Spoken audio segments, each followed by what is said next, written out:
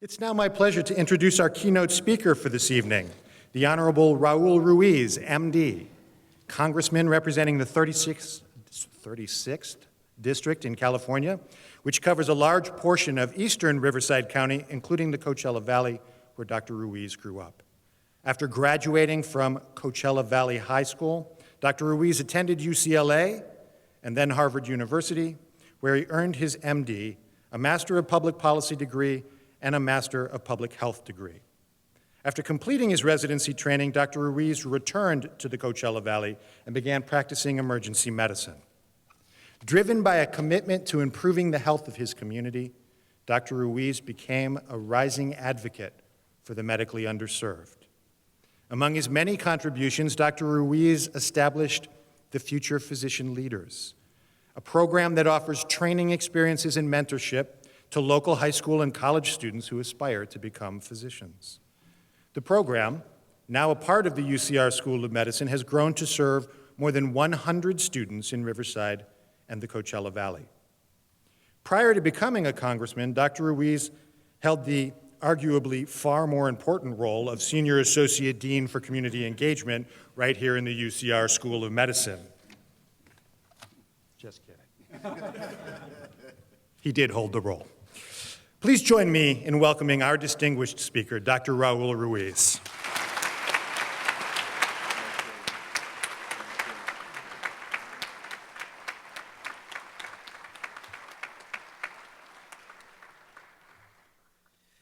It's wonderful to be here, and wearing this white coat was such a wonderful gift. It really makes me feel back at home and makes me feel once again the energy of my true calling of being a physician, and being a physician first and foremost in whatever I do. I want to thank Dr. Lyons for that kind introduction, and I would also like to recognize my friend Dean Olds. Dean Olds has led a life of distinguished service as an educator, a scientist, physician, and founding dean of the UC Riverside School of Medicine. Throughout his career in higher education, Dean Olds has been an inspirational leader and advisor to hundreds of graduates. When I returned, and you'll know more of my story in a little bit, but when I returned home, my focus was the grassroots, working in the community as an emergency medicine physician, and I met Dean Olds through Phyllis Guzet when I was working on mobilizing the community to help the underserved residents. And then Dean Olds became an advisor, became a mentor, and then he recruited me to work as a senior associate dean at UCR School of Medicine. And at first I was, no way, absolutely not. No way on earth will I go back to academia after spending 20 years at Harvard and Pittsburgh, at UCLA. There was no way. Here I am in the community doing what I love to do. But when he told me what the mission of this school was, when he opened his mouth and started telling me what the mission of this school was, he had me at hello.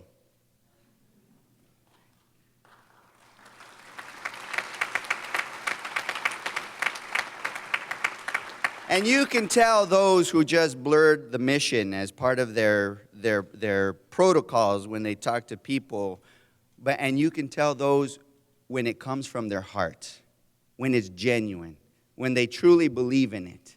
And I said, this is a man that I want to work for. This is the cause that I want to get involved in. This is the school that I want to dedicate my heart and soul to. And because this is the community and my patients that I want to reduce the disparities in care and improve health and wellness for those who need it most in the state of California. So, in addition to his many contributions to higher education, he also served as a tropical disease specialist for the World Health Organization and has authored over 100 peer-reviewed articles, book chapters, and reviews. I am proud to recognize Dean Olds' years of service and congratulate him on his retirement from UC Riverside School of Medicine, not retirement from medicine in general, but leaving to pursue other challenges and to help other communities like he's done in our community. So it is my honor to present Dean Dick Olds with this extension of remarks recorded in the congressional record in our nation's history from now and forevermore of the 114th Congress as a permanent and enduring testament to his work in the field of medicine and to his service to the people of the Riverside County and the Inland Empire. And I look forward to his forthcoming accomplishments and future success wherever he begins his next journey. So please join me in a round of applause for Dean Olds.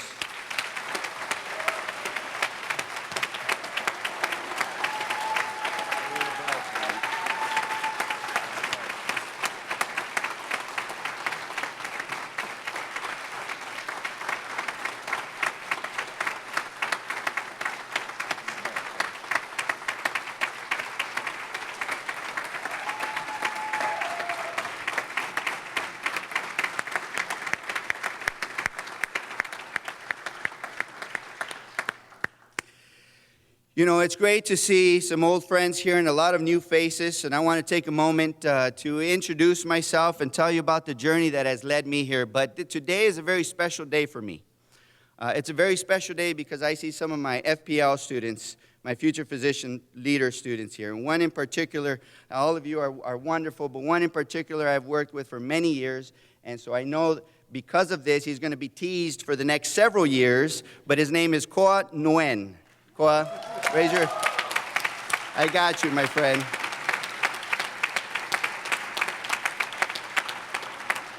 Koa Nguyen walked with me in the 115-degree weather, going door to door in trailer parks, educating community residents on heat exhaustion, the vulnerable patients, and what to do.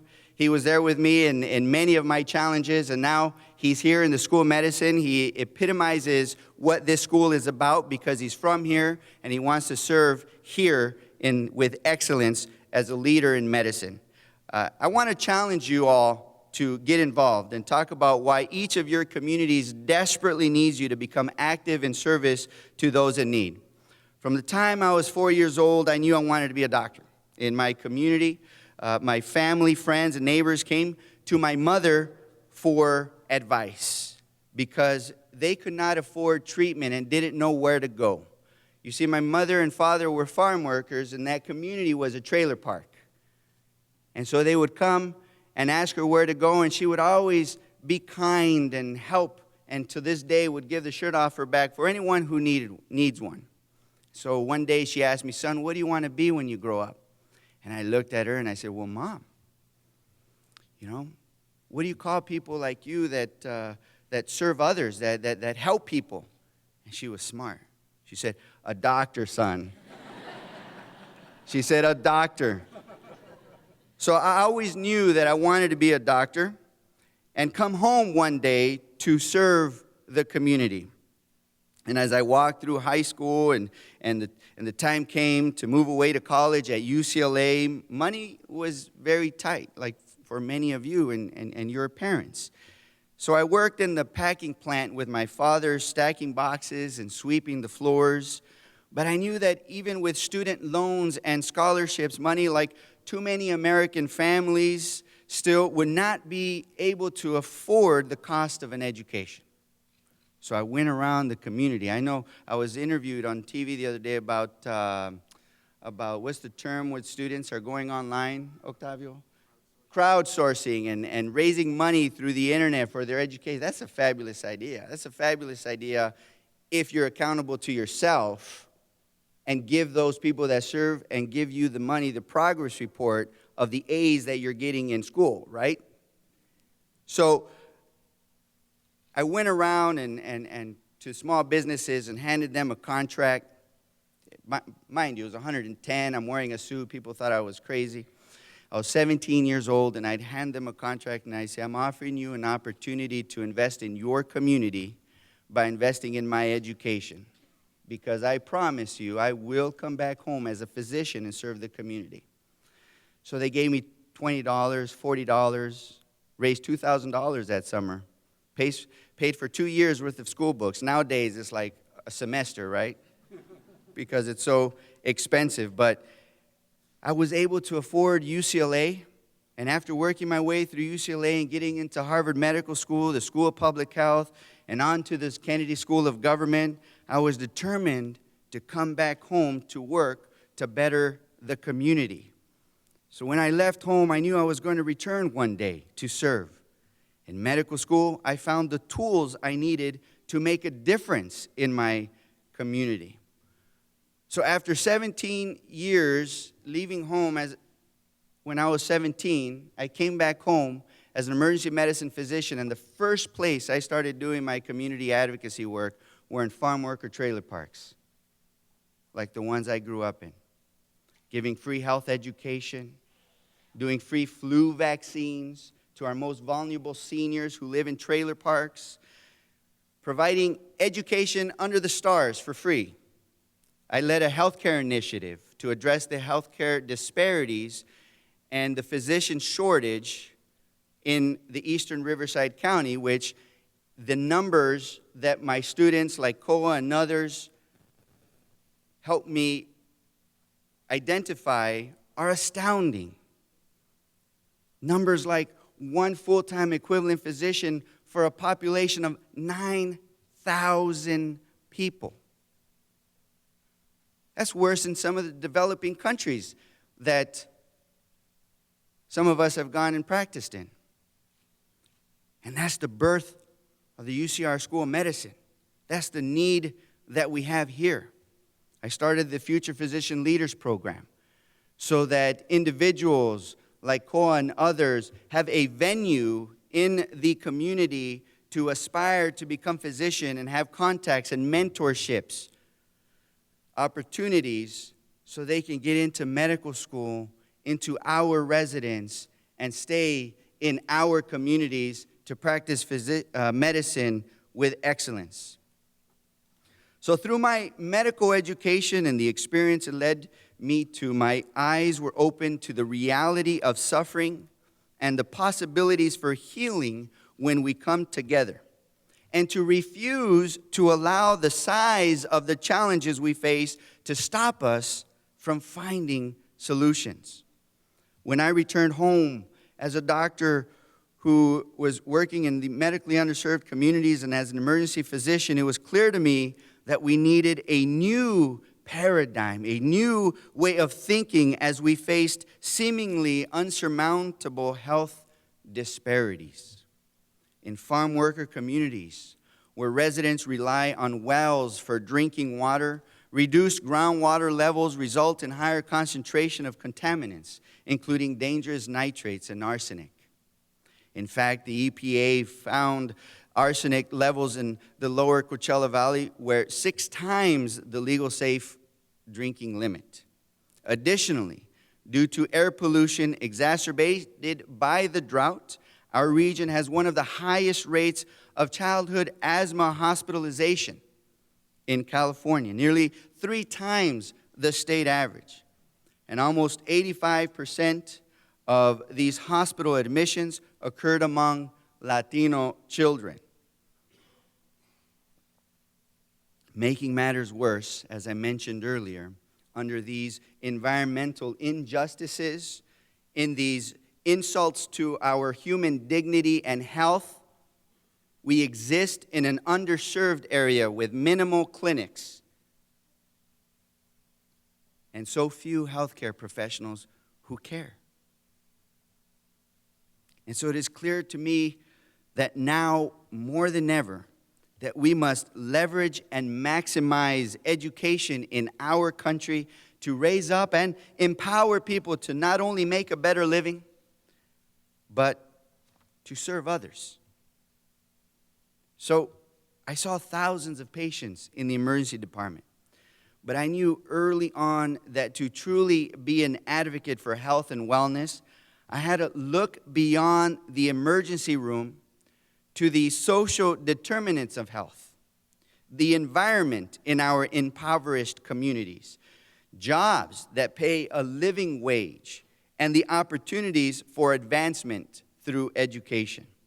And as I opened my eyes to the reality of suffering and opened my mind to the possibilities for healing, I knew I would have to once again step outside my comfort zone to achieve those realities and those solutions.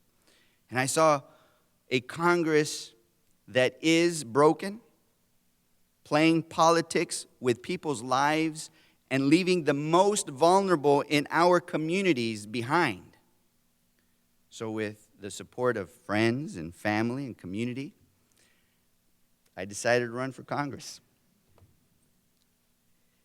And in fact, at that time, everybody said it was impossible. You're a doctor. What do you know about politics? And it's true. I never even participated in a campaign before.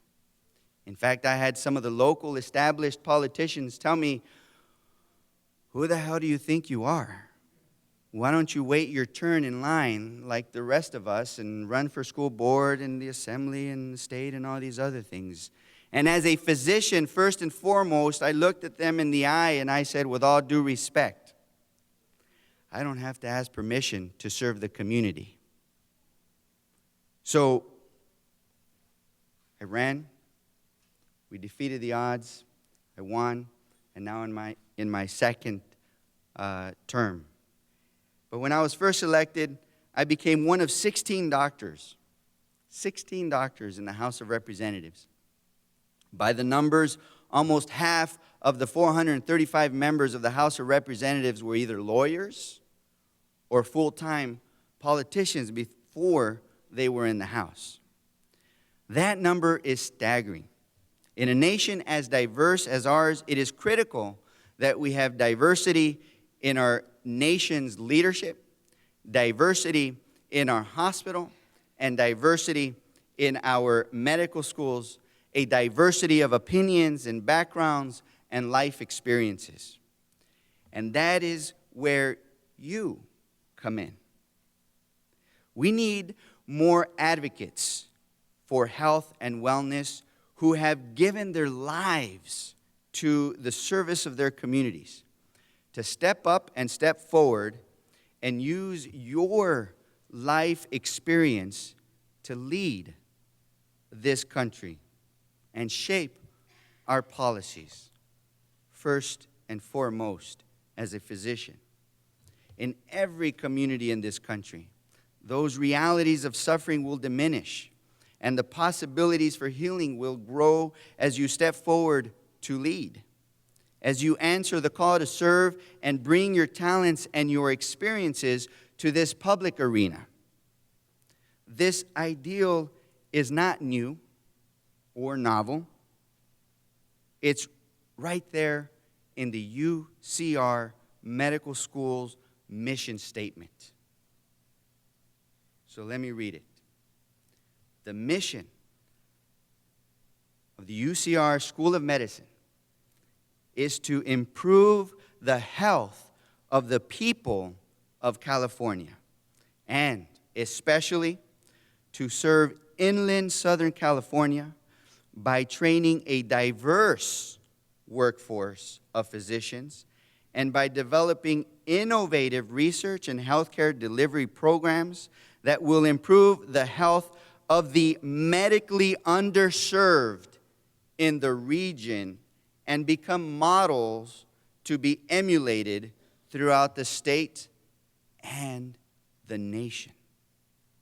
This experimentation, this innovative effort to address community health, to understand the social determinants of health, to go beyond the exam room, the emergency room, or the operating room, to look at society and its problems and understand where your patients come from, the communities in which they live, the languages that they speak, to be able to address when your patient says, "I don't have money to pay for medicine," like my patients, or the senior that I've witnessed pulling aluminum cans out of the trash.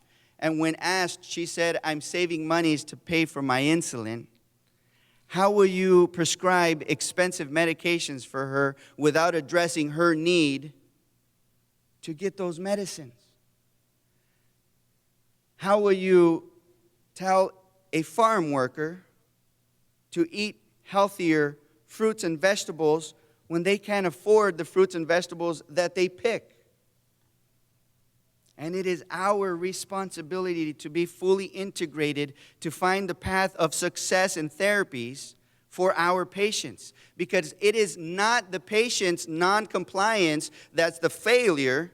It's our failure as health professionals not to understand and to build the tools that they need to be compliant with the recommendations that we need to give them. That's a new understanding, a new paradigm that this wonderful team, this leadership team that Deans Olds have put together, who understand and who get it, who will help you understand and get it too. So when you put on this white coat today, when you look at each other and whisper, "Oh man, finally, after all these years of undergrad," when you dream about the endless potential that you can achieve in your life as a healer,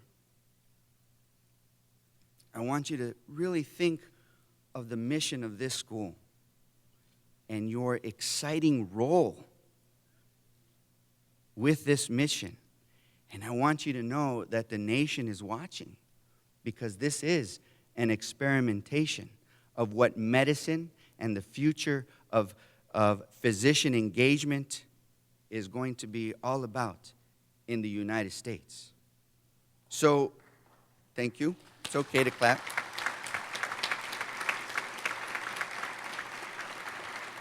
So with your white coat comes great responsibility. With this education, you have great responsibility. You will have the tools to serve. You will have to find the courage in yourself to step outside of your comfort zones and find new ideas and new solutions. Your input matters. The decisions will be made by the ones that show up. Our country needs you, and I need your help to strengthen the voice of healthcare professionals in the policy conversations that are shaping the future of our nations. So thank you all for having me here this evening. And as always, my door is open. So please don't hesitate to reach out if there's anything that I can do. And let me tell you that some of you have my cell number, and there is an industry that gets paid, in the billions in order to have access like you do. So I want you to take advantage of it. And you can talk to all the government relations people here that represent UCR School of Medicine. They'll tell you that's true. I want you to take advantage of it. Let's meet. Let's have conversations. Talk to the deans in the School of Education, to the deans of the School of Public Policy. Get out of the silo. Expand your horizon. Learn medicine. Be great doctors. Treat your patients with respect. And make us proud.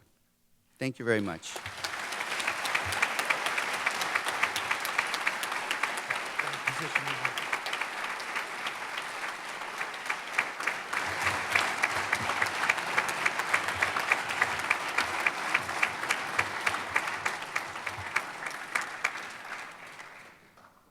Now you know why we invited him. Thank you, Dr. Raul Ruiz, and I'd like to, at this time, welcome our founding dean, G. Richard Olds, to the stage. Well, Raul, of course, we have to give you something as a reminder of this event. So we have something for your office, and I'm going to read the inscription. With deep gratitude and insight presented to the class of 2019 and your enduring support of the California's newest medical school, we present this commemorative white coat as a symbol of our deep appreciation. Wow,